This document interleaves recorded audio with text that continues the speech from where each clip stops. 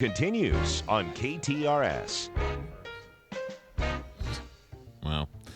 9:30, Big 550 KTRS. The board meeting is in session. Tony Messenger, St. Louis editorial page editor of the St. Louis Post-Dispatch. Jay Kanzler, former judge. I didn't know that. Municipal judge. What municipality? Provisional judge. Provisional. Yes. Which I'm not municipality? gonna say. Provisional. Wow. Oh, is that kind of like provisionally No accredited? transparency. Were you like almost an accredited judge? My new goal in life is to have a business card like Jay Kanzler. Judge, lawyer, gadfly, movie producer, radio talk show guy. I mean, come on, man. What don't you do? It's a scroll. Jane Duker, we'll start with you. I want to know why this shooting of this man in the city a few days after the Ferguson shooting did not cause as much attention as the Ferguson shooting did. That's a really good question because I think one of the reasons was Chief Dotson came out right away and at least said, okay, this is what I know. A lot of it ended up being really wrong, but he at least started talking to people. But I mean, I watched that video, I don't know how many times, 2 or 3, 4 times.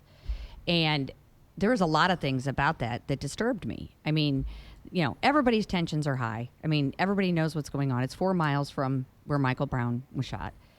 And, but this guy is out there and he's clearly has some mental challenges. I mean, people are walking by him. They're like, okay, they roll their eyes, but nobody's terrified of the guy. The store owner calls saying, hey, here's what happened. I don't know. It's a store owner called. I think the store guy owner did not call. No, it was the guy with the camera. Yeah. The guy with the camera said, we called the cops. The cops are coming. Well, yeah, and hopefully, I mean, I think the goal was to say, okay, we got to, take care of this guy. But the people were not terrified of him.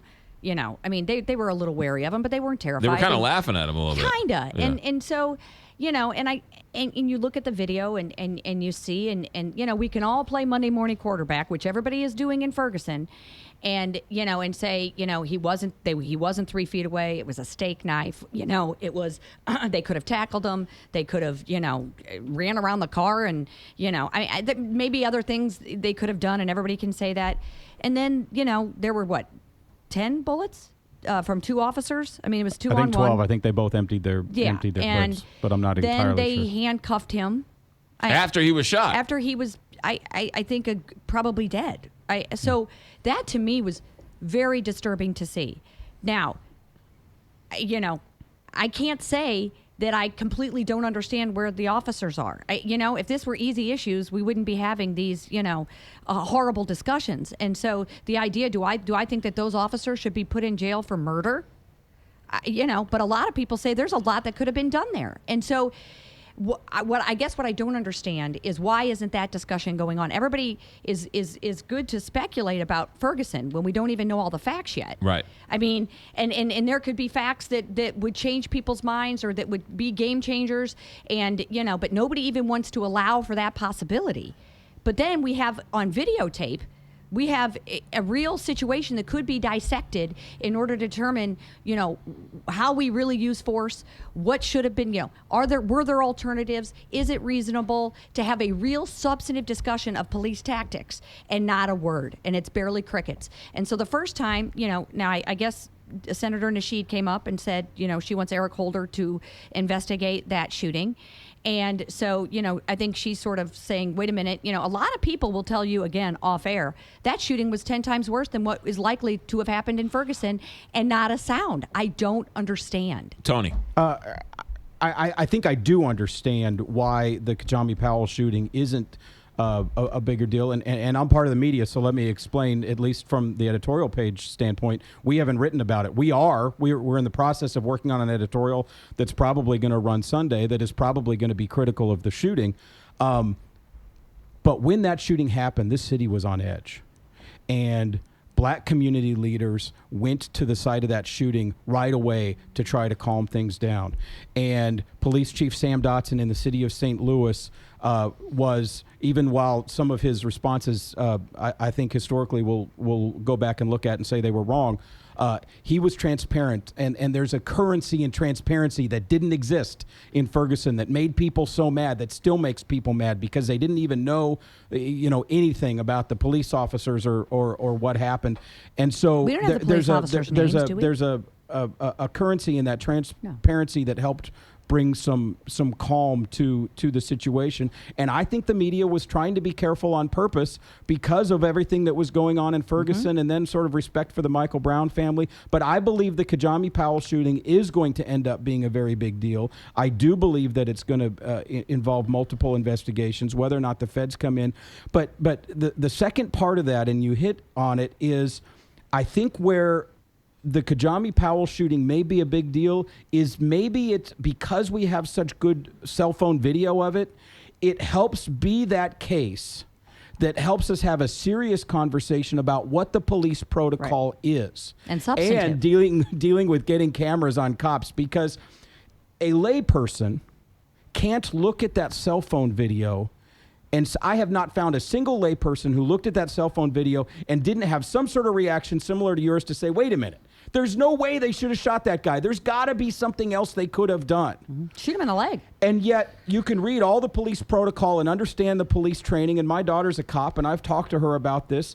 And within the concept of what the police are trained, there's no way those two cops are going to be charged with anything. Right. Mm-hmm. Well, and that's the thing. So I don't even feel that. Well, It's that's much where the uncomfortableness. disconnect is, and that's where the discussion has to happen. There's a problem with police protocol if all lay people in the world are looking at that video and saying there's no way that guy should have died, and yet there's not Well, going to be. let me say this. I'm Let me not say this. screaming that murder charges should be No, issued. no. But I think everyone says, well, wait a minute, that doesn't make any sense. And this is kind of the dangerous situation where you have lay people who haven't strapped on a badge, Exactly. who haven't been out there in the bad part of town, haven't gone up to somebody who puts a gun in their face.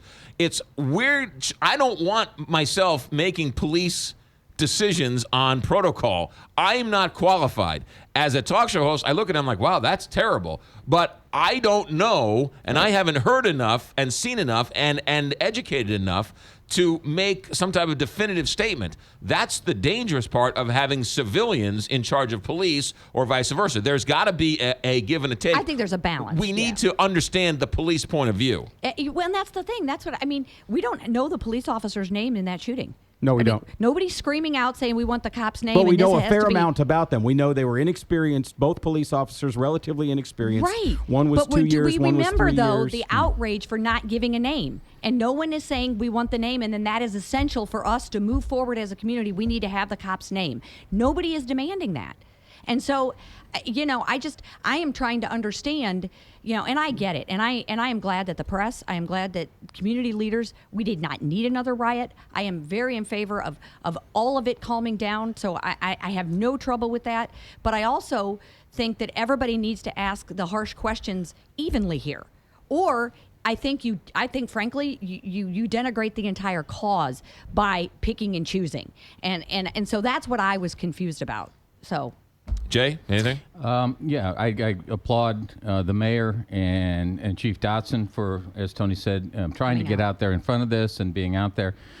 I also think that there are only so many resources for looting and protesting, and the fact that no lawyers rushed to the family's side like the Florida lawyers who came up for Michael Brown.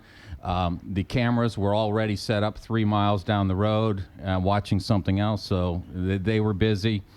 I think, a lot of the external forces drove what happened in Ferguson and just weren't available to drive what happened in the city. That's a really interesting point. it really is. It is Al an Sharpton was interesting- busy Right. yelling about something else, so he didn't Right. have time to yell about this one. Right. Right. And I think, I just do think it's really interesting for people. I mean, and I understand transparency is a big deal, but it does seem like there were different standards applied to both situations. And that may be just because, like we said, of the circumstances and how it came out with Michael Brown and how the police handled it. And I get all that. And there's legitimate criticisms, but wow, it seems different. That's Jane Duker, Tony Messenger, and Jay Kanzler. The board meeting continues on KT.